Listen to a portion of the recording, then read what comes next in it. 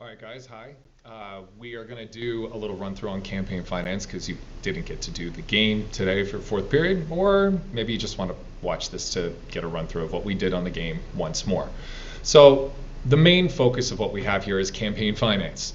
The previous slides on the rest of it are about elections. We went over all of this stuff pretty much when we ran for president of the United States, when you guys did your fiscal shift, stuff like that.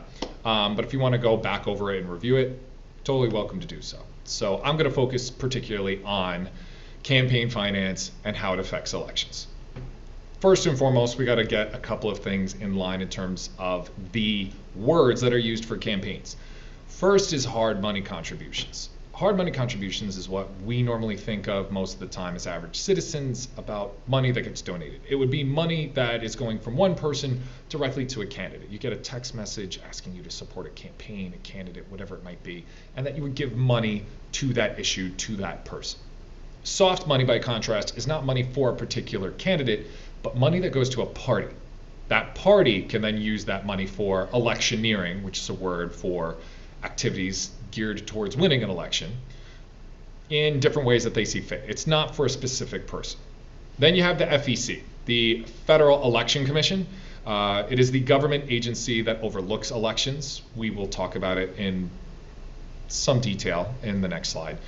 Political action committees, or PACs as they're more commonly known, are committees of people that gather for specifically political purposes. They create media, they have events or rallies that are designed to help someone win or to help a candidate lose, as most media today tends to be negative. Then lastly, you have 501c4 organizations. These are what you would call social welfare groups, charities in essence. Social welfare groups don't have to disclose who donates to them, but they also don't add anything to the political process, which may lead to you being confused about why I'm talking about it right now. But you'll see as we move on. So, few things about earlier regulation of campaign finance. You don't have to go too crazy about a lot of the stuff that's here on the screen.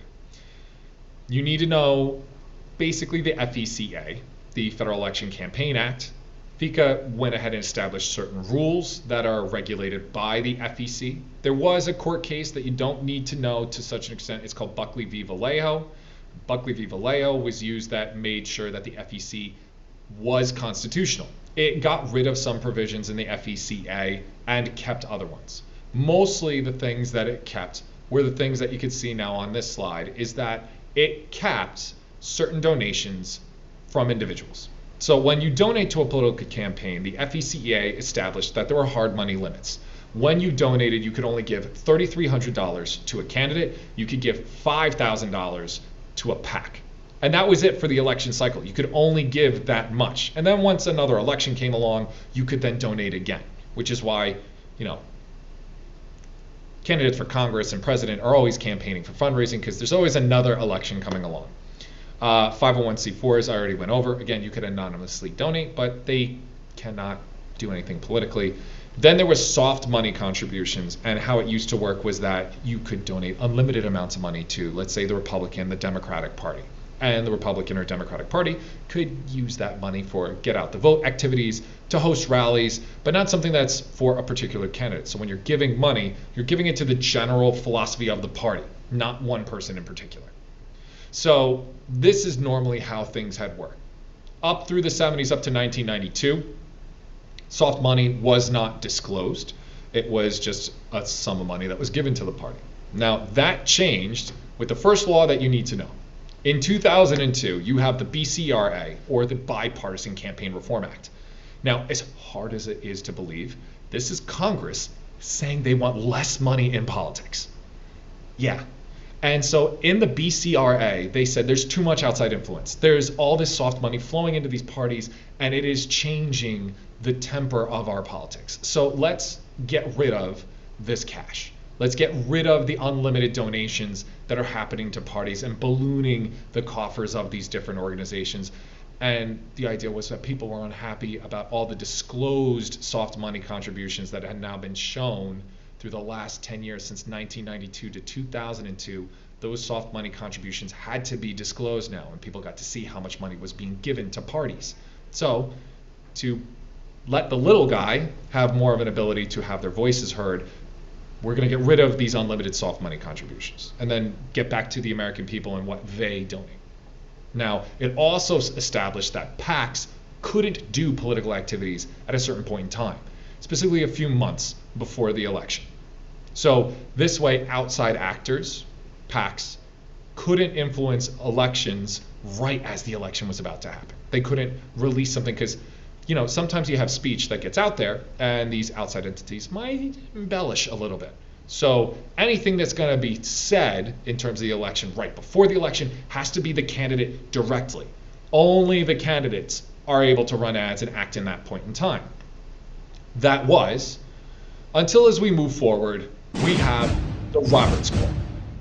And the Roberts Court, right, in another decision, and every time I feel like I'm bringing the Roberts Court, it's just scratching my head about where things are going. So in this decision, we have Citizens United versus the FUV, the first truly controversial decision that the Roberts Court makes. Now, what was this case? In this case, you had one PAC called Citizens United. Citizens United had been working in production on a movie, Hillary. Hillary was an anti-Hillary Clinton movie that they wanted to run to, criticize her in the 2016 campaign. I'm sorry, not 2016, my apologies. The 2008 campaign. Now, as this went ahead and was progressing and they were making this film, unfortunately the film didn't finish until inside the window when PACs aren't allowed to make any comments. So they had spent this money, they had made this whole film, and now legally they weren't allowed to do anything with it. So they sued the FEC, saying that this was unconstitutional because it limited their free speech. We spent all this money, our expenditures, everything we put into this was our way of having our voices heard in the 2008 election. It is not fair that we can't have this heard. And so this brought up the question of, is money speech? Is the money that you spend on politics your way of voicing your opinions? And in this, then if your money is your opinion and your speech, is a collection of individuals also entitled to the same protections of speech that an individual is entitled to?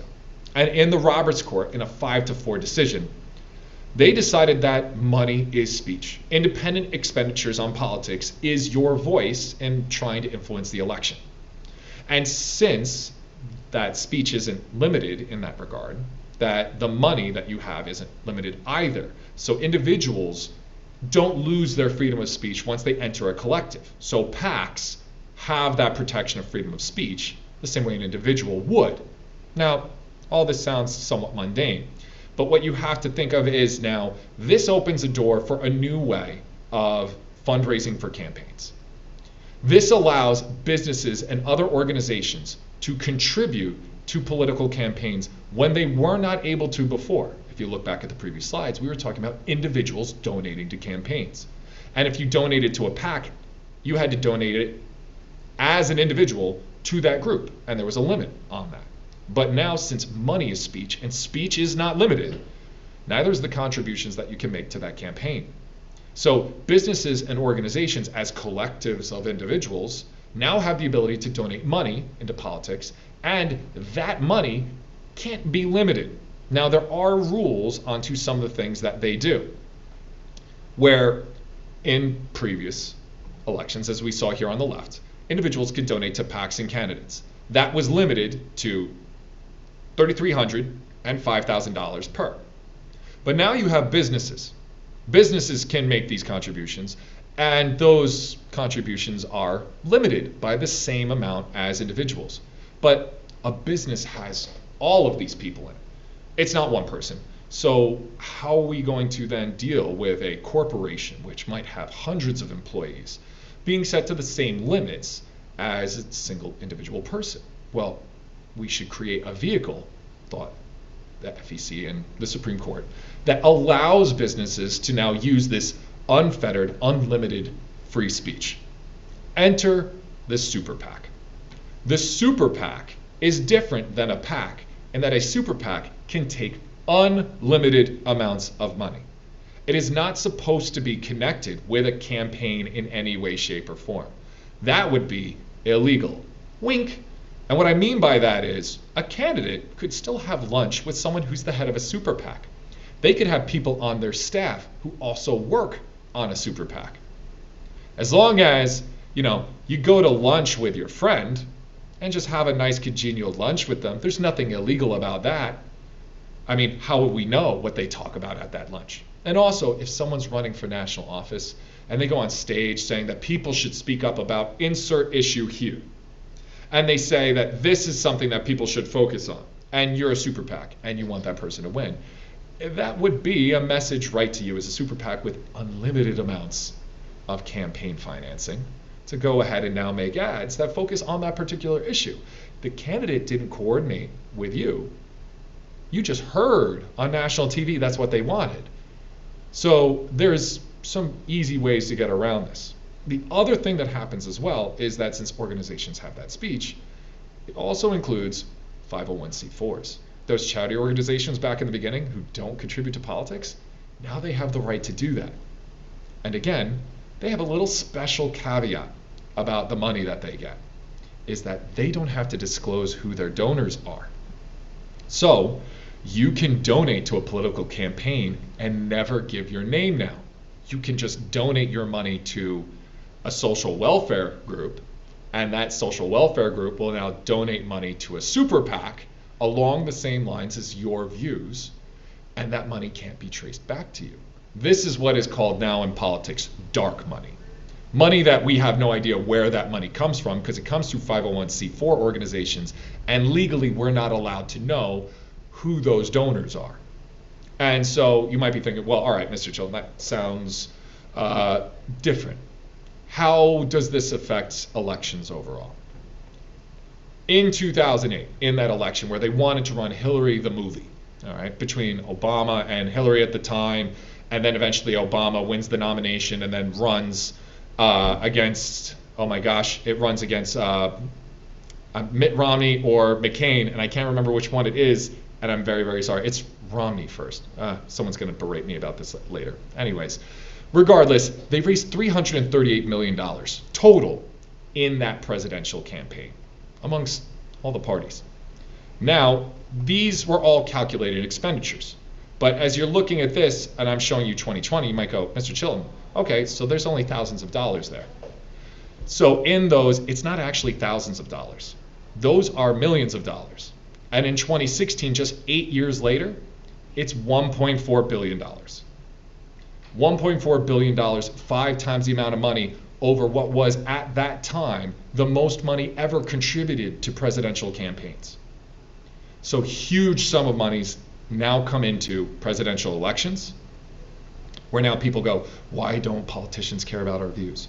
You still have the same limitation. You can donate $3,300 to a politician, but a PAC, a super PAC, can have unlimited amounts of speech.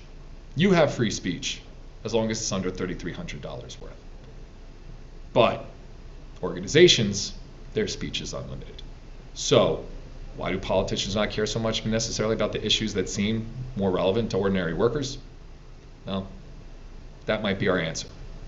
So remember specifically what hard and soft money is. What is the BCRA, or the Bipartisan Campaign Reform Act?